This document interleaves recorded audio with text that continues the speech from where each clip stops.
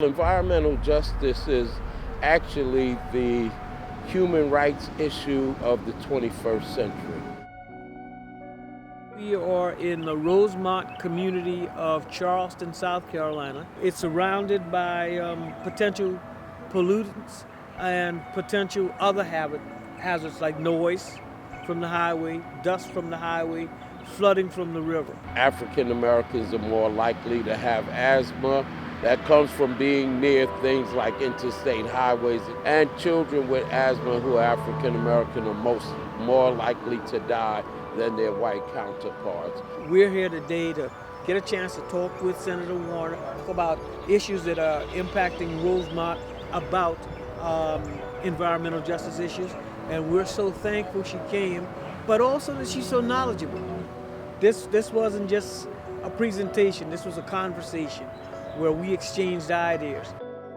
This community is really illustrative of what's going on across the country. How do we ensure that once legislation is passed, be it the Green New Deal or whatever, that resources come down to the community, that very powerful lobbying groups for corporations, that we don't wind up with business as usual. So, I think you put your finger right on it when you talk about the impact of lobbying.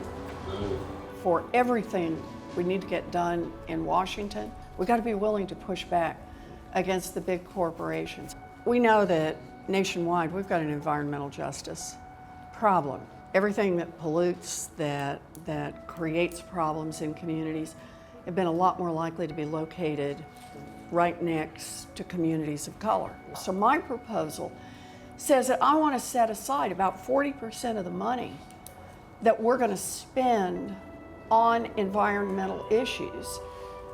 I want to spend it in communities like this, the communities that have been on the front lines for generations, the communities that have absorbed the worst of the pollution that has been thrown out by industry year after year after year.